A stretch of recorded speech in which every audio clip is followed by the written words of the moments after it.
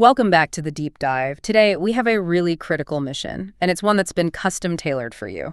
That's right. You've given us this incredible stack of source material economic surveys, brand new policy announcements, investor reports, all focused on one thing, understanding the strategic direction of Maharashtra, which is, India's undisputed digital powerhouse, right, as of November 2025. And this isn't just a simple update. It's more of a strategic forecast. Right. We're trying to pull out the key nuggets to see how these massive policy shifts, these huge infrastructure projects, and the very real market volatilities are all starting to intersect in India's biggest tech hub. I think we have to set the scene properly because the scale of Maharashtra's dominance right now is, well, it's the baseline for everything else. It is. The state isn't just, part of the Indian tech boom. No. It is the digital nerve center. Yeah. And when you look at the data, the numbers are almost hard to believe. So let's start there. Okay, consider this. Maharashtra is currently home to nearly 60% of the entire nation's operational data centers. 60%. That's a huge concentration of foundational power. It is. And if we zoom in even further on that, on Mumbai, the city alone commands 54.9% of the total national data center capacity. So we're not just talking about being a regional leader. This is basically national control over the hardware running the digital economy. That's a good way to put it. And that infrastructure maturity, it's mirrored in its financial pull. The FDI numbers. The FDI numbers. Right. The state holds the top spot in foreign direct investment inflows for all of India. It has a colossal 31% share of all FDI that came in between late 2019 and September 2024. And that's not just a flash in the pan. That's a sustained 5-year trend. Exactly. It signals a huge amount of global confidence in the state's, stability and its governance. But it's not just about global money coming in, is it? It's also about what's growing at home. Right. The domestic ecosystem. The sources confirm that Maharashtra accounts for the highest share, a really substantial 24% of all startups that are officially recognized by the government of India. Okay, so you have this powerful trifecta then. You have the infrastructure, you have the foreign capital, and you have this vibrant domestic innovation scene. Exactly. So our deep dive today really boils down to one central question. Which is? How is the state government taking this massive inherent advantage and turning it into the next phase of, high-skilled exponential growth? Through things like that new Global Capability Center policy. Right. Through very targeted policy instruments like the GCC policy and, of course, the huge infrastructure projects that have to back it all up. We're really analyzing the strategic blueprint as it's happening. So let's unpack that blueprint. I think a good place to start is with a seemingly quiet but really significant institutional reform. Oh, yes. The government has actually recast the main department responsible for all of this. This is a classic case of, a bureaucratic change that actually has immense strategic weight. So what did they do? They renamed the Industries Department. It's now the Industries, Investment, and Services Department. Okay, and that inclusion of investment and especially services, that's not an accident. No, it's a very deliberate, very public signal to the global tech and financial markets. It says that services, the highest value add sector, is now the primary focus, not just, say, heavy manufacturing. And you said this was more than just changing the name on the door. It was a real restructuring. Oh, it was comprehensive. The whole reorganization created these dedicated sector-specific commissionerates. Meaning you now have separate focused bodies for MSMEs, the small and medium enterprises, and for services. Why does that matter to an investor or to you listening? It signals a move away from that old generalized bureaucracy. Dedicated commissioners mean you have sector-specific expertise. It means faster decision-making. And it means the promise of, single window clearances for investors. So it's directly addressing that classic pain point of bureaucratic red tape. Head on. Yes. And to give this whole new structure some teeth, they created a new agency, a well-funded one, to be that single point of contact. They did. Invest Maharashtra is the new Unified Investment Promotion Agency. And the state has given it a massive initial outlay of 3,000 crore rupees. So it's not just a marketing office. Yeah, not at all. No. This is meant to be an empowered body that's responsible for making sure that global capital, especially that FDI we talked about, finds as little friction as possible, smoothing the path for these huge projects. Okay, so that's the general reform. Let's move to something highly specific and very timely. The Global Capability Center Policy, 2025. Right. This feels tailor-made for creating high-skilled white-collar jobs. It's a masterpiece of targeted policy. The objective is absolutely laser-focused. And that is To drive investment and high-skilled job creation and to explicitly position Maharashtra, and let's be honest, primarily the Mumbai region, as the global leader for these GCC operations. For our listeners who might not track this jargon every day, what exactly is a GCC, a Global Capability Center? It's essentially a captive center. Captive center meaning it's not a third-party outsourcing firm, it's part of the company itself. Precisely. A GCC is a wholly owned subsidiary of a huge multinational corporation. Think, a major German bank or a big U.S. tech company. And it handles their core non-client-facing functions for their entire global operation. And that's a critical distinction. It is, because it means the work being done here is high value, high trust, and it's foundational to the parent company's stability worldwide. So we're definitely not talking about a typical customer service help desk here. No. What kind of services are we talking about under this new policy? The policy is designed to attract the highest value stuff. Advanced tech development, high-end finance processing, deep data analytics, complex engineering R&D, and, really rigorous compliance operations. So it's the back office engine that runs these giant global companies. It is. For a big bank, this is where they handle their global settlements, their international accounting, IT security, and meeting all those tough regulatory requirements. The jobs are stable, and they require a top-tier specialized talent pool. And the policy gets specific about geography, right? It uses zones to apply incentives. It does, and the emphasis is, undeniably on the established power center. Which is Mumbai. The policy defines Zone I as the premium investment area, and that covers the entire Mumbai metropolitan region, or MMR. Which just makes strategic sense. It does. The MMR already has the highest density of financial firms, the biggest talent pool, the best infrastructure. It's the immediate low-hanging fruit for attracting these big, high-value GCCs. So that's the new policy. But the source material also makes a point to remind us that the state is doubling down on priorities it set years ago. Yes, in the industrial policy from 2019. And that gives investors a sense of certainty, of a sustained focus. Consistency is absolutely vital for long-term capital. That 2019 policy identified several thrust sectors that are still defining the strategy in 2025. So what are they? Well, obviously, information technology and IT-enabled services, that's the core. But the state is also explicitly trying to diversify into hardware and, deep manufacturing. Which means things like? Specifically, electronic systems design and manufacturing, and, critically, semiconductor fabrication.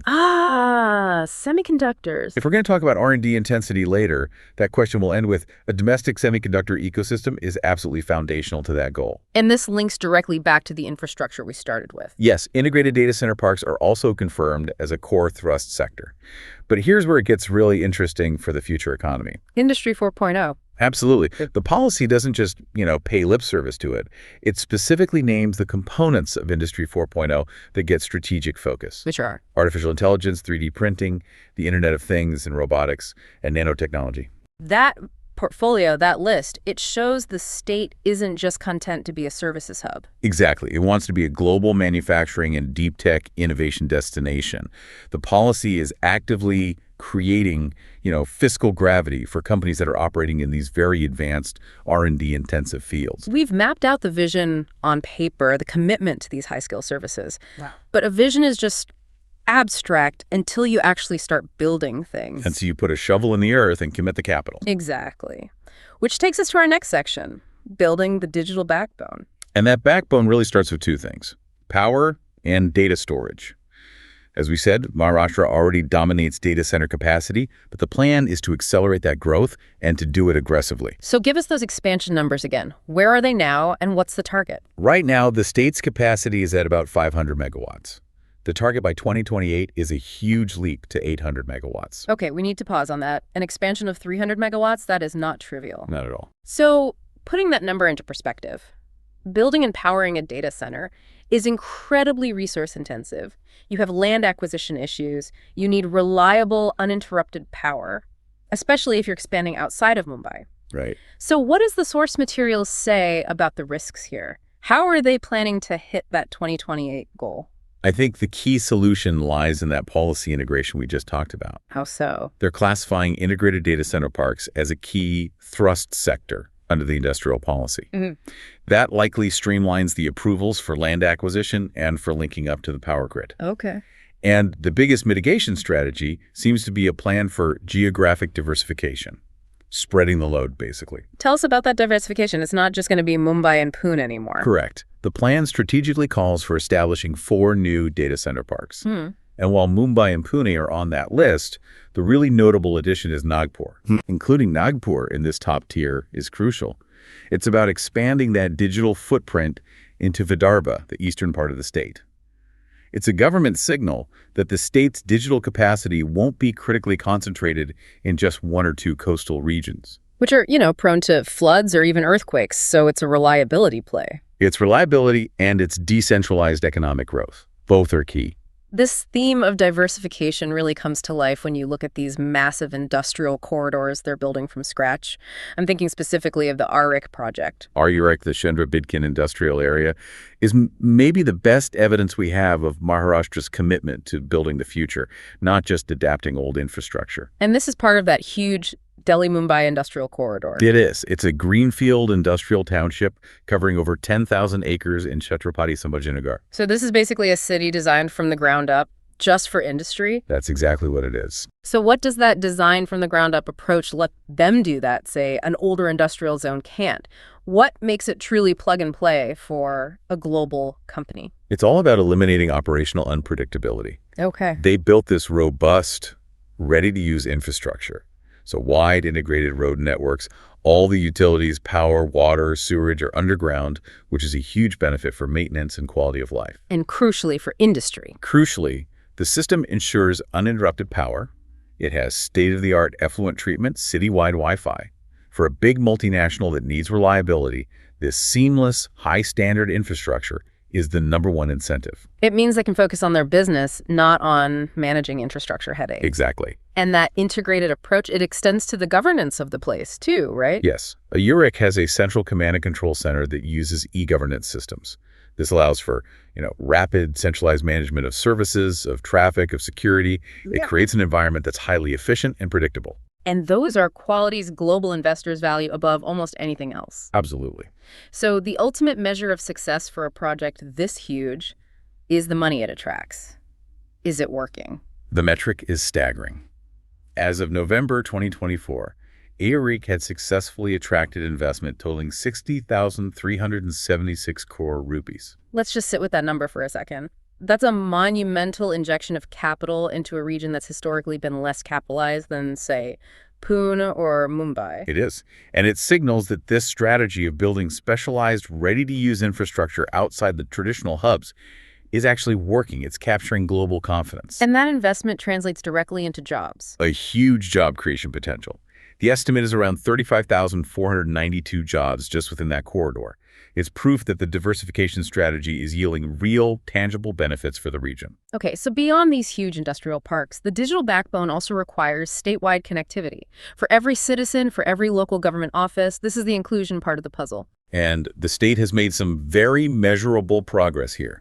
As of September 2024, the total number of internet subscribers stood at an impressive 11.06 crore. And what about public access for people who might not have a connection at home? To bridge that gap, they've deployed a vast network. 17,552 public Wi-Fi hotspots and over 38,000 access points across the state. And those big national broadband projects like Fardanet, are they finally showing real progress on the ground? That's the critical news for rural inclusion. Fardanet Phase I has already connected over 15,000 gram panchayats with optical fiber. But the real heavy lifting is happening now in Phase 2. Which is known as Mahanata in the state. What's the status there? As of January 2025, the project was 76% complete. 76%. Yeah. This phase is tackling 26 districts and about 12,500 more gram panchayats. Hitting that 76% mark is significant. It shows real momentum. And it means high-speed broadband is rapidly reaching the most remote administrative centers. Which is crucial for democratizing access to things like education and commerce. And then there's the urban component, Urban Mahanat, which links back to that administrative efficiency you mentioned. That project is vital for modernizing how public services get delivered. It's designed to provide high-speed, cost-effective connectivity to government offices. By January 2025, it had reached over 3,800 locations. And that's the connectivity that turns a slow bureaucratic process into a swift digital transaction for the average citizen. Exactly. It enables all those G2C government to citizen and G2G government to government services. We've covered the policy intent and the physical foundation. Let's move to where the future tech is actually born. The cutting edge. The cutting edge of research and the state's startup ecosystem. And that ecosystem is very structured, very supported by the Maharashtra State Innovation Society, or MSINS. This is the nodal agency tasked with nurturing all this innovation. And their reach is pretty broad. They oversee a network of more than 125 incubators. But more importantly, they're providing the financial lifeline. Money is non-negotiable for innovation, especially in deep tech. MSINS has strategically allocated 500 crore rupees in venture funding, spread across 3 dedicated venture funds. And it's not just for startups, right? That's a critical point. The funds are targeted at both startups and MSMEs. It suggests they're not just hunting for the next unicorn, they're also encouraging existing small and medium businesses to innovate, to adopt new tech. And de-risking that process for them. Exactly. Beyond just direct funding, I found their support for intellectual property really insightful. It seems to lower a huge barrier for young companies. It's a very clever incentive structure. Registering a patent is complex, it's expensive, and it often puts off cash-strapped startups. So how does it work? MSINS provides reimbursement. You get 2 lakh rupees for a domestic patent. And if you're ready to go global, that support scales up to 10 lakh rupees for international patents. And it's not just patents. No, they also provide up to 2 lakh for crucial quality testing and certification, which is essential if you want to sell into a regulated market like, say, health tech. And we know this is actually being used. It's not just a policy sitting on a shelf. Exactly. The source material confirms it. 112 startups were reimbursed for patents, and 174 were supported for quality testing. It proves the policy is translating into active, tangible support for creating IP. Which, in the long run, is essential for that R&D intensity we keep talking about. Right. And speaking of R&D intensity, Maharashtra is playing a vital role in India's big national R&D push. Centered around the new Anusantan National Research Foundation, ANRF, and the National Quantum Mission. ANRF is a potential game changer for the whole national science ecosystem. It just became operational in February 2024, and its mandate is to propel scientific excellence by directing huge amounts of capital. And what were the first big initiatives that launched in late 2024? They launched 2 major things in October. First, the Prime Minister Early Career Research Grant, which is designed to support researchers right at the start of their careers. Nurturing the human capital pipeline. Exactly. And second, the Mission for Advancement in High-Impact Areas, or the MAHAEV mission. MAAAV. That sounds like it ties directly back to Maharashtra's own strategic interests. It absolutely does. The MAHAEV mission promotes R&D in the electric vehicle components, which is a core thrust sector in Maharashtra's industrial policy. So you have this clear synergy where national funding is being channeled to areas the state has already prioritized. Which maximizes the impact of every rupee spent on R&D. Let's shift to the absolute cutting edge of computing, quantum technology. The National Quantum Mission is a huge commitment. It is. It's an 8-year national mission with a budget of over 6,000 crore rupees, aimed at scaling up R&D in quantum tech. And Maharashtra's role. The state's institutional strength is right at the center of it. IIT Bombay is one of the 4 key thematic hubs that have been established so far. That placement ensures Maharashtra remains central to this high-impact, long-term technology race. Okay, now let's get to some of the specific breakthroughs that are coming out of these research centers. This gives us a glimpse of where all this R&D money is actually going. I want to highlight the work at the S.N. Bose National Center. I mean, some of the stuff sounds like science fiction. The work on neuromorphic computing is. It's genuinely fascinating. They've already achieved a real-world demonstration of what they call quantum advantage. But I want to focus on neuromorphic computing because it has huge implications for the state's data center goals. It does. So let's define that clearly. What is neuromorphic computing, and why does it matter for a state that wants 800 megawatts of data capacity? So neuromorphic computing is fundamentally about trying to mimic the architecture and, crucially, the efficiency of the human brain. The researchers there developed these amalgamated hybrid materials that create artificial synapses. Artificial synapses, Yes. like in the brain. Exactly. They mimic brain-like functions, and the implication of that is a massive, massive reduction in energy consumption. Because current computer systems are incredibly power hungry. They are. The data centers we talked about consume colossal amounts of energy, especially when they're running big AI models. Neuromorphic systems integrate memory and processing, which allows them to compute with vastly greater energy efficiency. So this is the long-term solution to the power problem. It's the theoretical path to reducing the energy footprint of those centers by orders of magnitude. It turns a constrained power consumption into a long-term competitive advantage. That really puts all this quantum and material science research into a clear economic perspective. It does. And finally, let's look at a more practical application that combines AI and health tech. This is a perfect example of deep tech translating into immediate human benefit. Scientists are using AI to decode complex cancer pathways. Which is the foundation for personalized medicine. Exactly. Personalized therapies, ensuring treatments are highly tailored to the individual genetic makeup of a patient's cancer. It just showcases how the state's ecosystem is contributing not just to commercial IT, but to real scientific excellence with direct societal impact. All this ambition and policy and infrastructure, it all depends on one thing. Human capital. A skilled workforce. If you don't have the people to staff the GCCs, the data centers, the semiconductor fabs, the whole thing just collapses. Right, and the state recognizes this, which is why we see these very specific government-sponsored training programs aimed at closing that skill gap. Let's talk about the CDAC training initiative. This seems very focused on empowering specific socioeconomic groups. It is. The government is working with the Center for Development of Advanced Computing, CDAC, to provide industry-oriented IT skill development. And it's specifically for youth from the open and economically weaker sections. So it's a focused effort to make sure this digital growth is also inclusive growth. That's the idea. Instead of getting bogged down in the application process, the Aadhaar, the income certificates, let's talk about the intent of this training. How do these courses align with those Industry 4.0 sectors we talked about? The CDAC PG diplomas are known for focusing on advanced hands-on skills. We're talking embedded systems, IoT, AI, big data. The stuff that's in high demand. Exactly. The state is essentially underwriting the cost of these premium job-ready qualifications for students who need the financial help.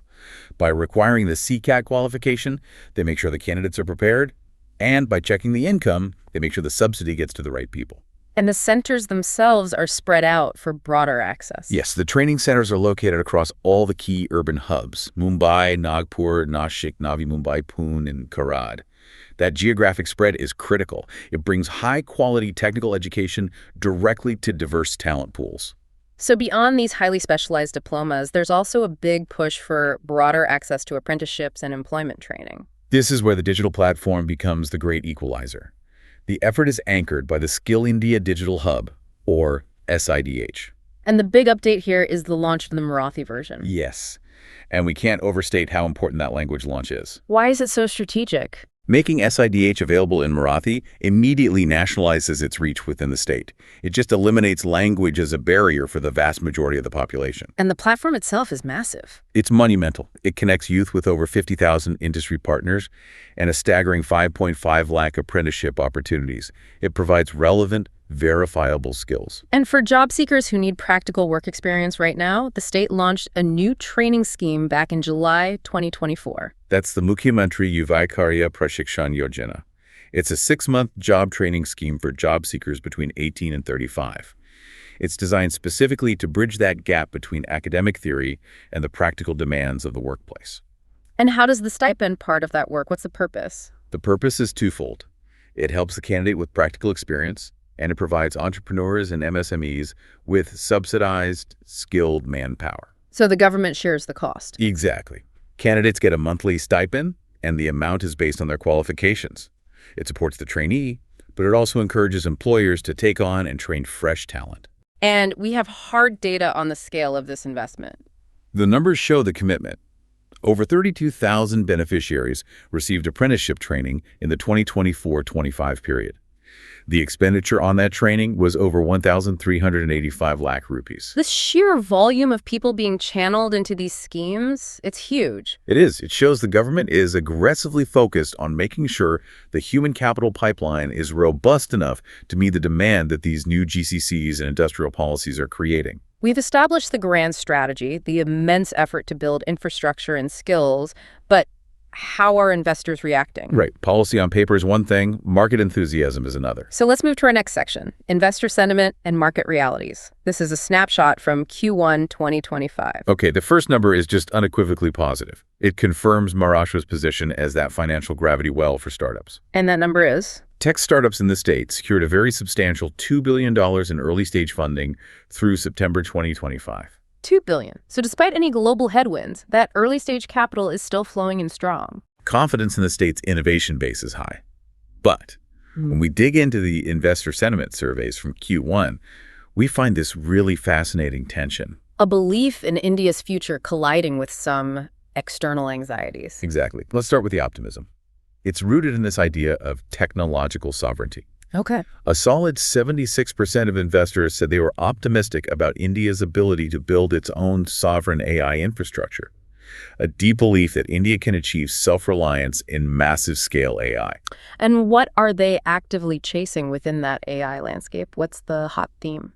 The data is very specific. AI agents emerged as the top investment theme for 2025. So automated intelligence systems that can perform complex tasks. Right. A shift toward higher automation and efficiency tools. But wait a minute, if they're so optimistic about sovereign AI, why is the most localized version of AI Indic large language models the least preferred theme? That sounds like a contradiction. It's a critical tension point.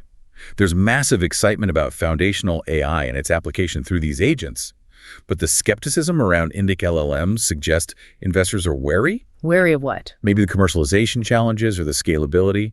It might be viewed as too niche of a market right now, or just too early stage to get predictable returns. Despite the obvious social and cultural need for it. Right. So that's the internal tension. But the biggest anxiety in the survey is external. It's geopolitical. This is the massive headwind facing the entire Indian AI ecosystem. A striking 47% of investors fear that U.S. import restrictions will significantly hinder India's AI development. Because all the advanced AI models rely on state-of-the-art semiconductor chips, which are largely controlled by U.S. technology and trade policies. Any restriction is a clear and present threat to those sovereign AI goals. Which makes that domestic push for semiconductor fabrication we talked about even more urgent. It has to work aggressively to mitigate this very real external risk. Okay, so moving from sentiment to actual market performance, it seems Q1 of 2025 brought a pretty painful correction for the so-called new age tech companies. There was a major correction, yes. It hit these Indian-listed tech organizations pretty hard, correcting valuations that were probably inflated by earlier exuberance. And the data shows it was broad-based pain. It was. Starting with clean tech. Despite all the national goals for energy transition. Clean tech stocks saw a sharp decline of 39% year-to-date. It suggests a big reevaluation of the profitability and the timelines in that sector. And what about the big consumer-facing sectors? Fintech, travel tech? Fintechs saw substantial declines, anywhere from 21 to 34% across multiple firms. Travel techs also saw a lot of volatility, with declines from 28 to 39%. So the whole picture suggests that while early-stage funding is strong, which is good for Maharashtra's innovation pipeline, the public market is demanding more financial discipline and has corrected those earlier high valuations. substantially. And finally, this correction phase seems to be slowing down the path to liquidity for investors, the exit metrics. The data on exits reinforces that cautious environment. A significant majority of investors, 55%, reported that they had made no exits at all in Q1 2025. And for those who did manage to sell, The multiples were low, ranging only between 2x and 5x. It reflects a much slower, more conservative market. It implies investors are holding onto their assets longer, waiting for a better environment, or just struggling to find buyers. a much less frothy environment for cashing out. Exactly. We have completed a really comprehensive survey of Maharashtra's digital blueprint. We've synthesized a huge amount of data, governance reforms, infrastructure, deep tech, market sentiment. What's the grand final synthesis? I think the overall state of the IT industry in Maharashtra as of late 2025 is defined by this highly detailed, well-funded strategy to just solidify its digital leadership. And they're leveraging specialized policy, like that new GCC policy, to pull in those high-value, high-skill jobs. Into the existing power centers, yes. And that policy is being made real through these massive, tangible infrastructure investments. The data centers. The commitment to get to 800 megawatts by 2028 is the essential physical foundation, and the success of projects like AERIC. We have to reiterate that number. We do. attracting 60,376 crore rupees in investment. It demonstrates that the strategy to diversify growth outside the traditional hubs is already yielding monumental results. And they're aligning themselves strategically with the most ambitious national R&D programs. Yes, by hosting key hubs for missions like ANRF and the National Quantum Mission, and supporting that futuristic R&D in neuromorphic computing, Maharashtra is ensuring it stays at the technological frontier, not just the services frontier. And all of it is underpinned by those massive skill development schemes. To make sure the talent pipeline is robust enough to actually staff this accelerated digital future. It's a truly comprehensive strategy, but as we promised, we want to leave you, the listener, with a final provocative thought. A question that comes from the tension points we found in the source material. Right, so we've noted India's huge institutional effort. The ANRF, the NQM, the policy push for semiconductors and Industry 4.0, the Global Innovation Index for 2025 confirms India's strong regional performance. First among the Central and Southern Asia economies, which is commendable. It is. However, the challenge to achieving true global technological parity is a structural one. It's tied to investment habits. Explain that. The critical constraint highlighted in the GII report is India's persistent, inverted profile in research and development expenditure. So while other economies increase their R&D intensity, the ratio of R&D spending to GDP India has historically lagged behind. Precisely. And that leaves us with a clear strategic question for you to consider. With thousands of crores now being allocated through these new national missions, and with Maharashtra funneling capital into deep tech like quantum computing, will this unprecedented policy and spending effort finally translate into a dramatic and sustained increase in national R&D intensity? Or will the sheer size of the Indian economy continue to dilute the impact that's required to achieve genuine, long-term technological leadership on the global stage? That is the ultimate metric for success. Translating budget into deep, foundational science that lasts for generations. An absolutely incredible deep dive. It is. It's clear Maharashtra is betting big on high-skilled services and advanced infrastructure to hit its goals. Thank you for supplying your source material and allowing us to perform this deep dive. We encourage you to continue exploring the nexus of regional policy, national R&D, and the fascinating world of deep technology. Until next time.